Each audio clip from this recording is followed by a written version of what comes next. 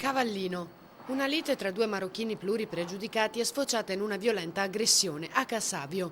Un regolamento di conti nell'ambiente della droga. Era circa mezzanotte quando il 35enne ha preso un badile per colpire il connazionale, causandogli tumefazioni al volto per una prognosi di 20 giorni. I carabinieri, dopo essere stati all'ospedale, hanno raggiunto l'aggressore. In auto aveva ancora il badile intriso di sangue, mentre il 35enne senza fissa dimora fingeva di dormire. È stato denunciato.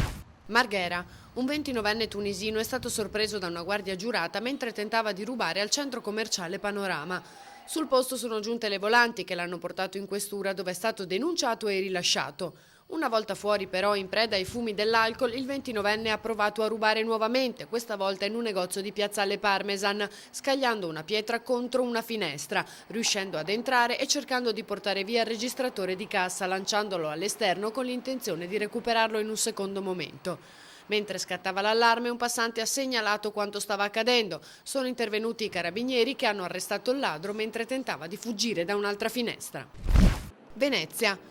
Misterioso assalto notturno alle onoranze funebri vicine all'ospedale civile. 3 malintenzionati immortalati da una telecamera di sorveglianza. Sul blitz sta indagando la polizia, intervenuta pochi minuti dopo il lancio di un cavalletto per l'acqua alta e 2 pietroni ornamentali. Il titolare è convinto che si tratti di un gesto premeditato. All'interno infatti non c'era nulla da rubare.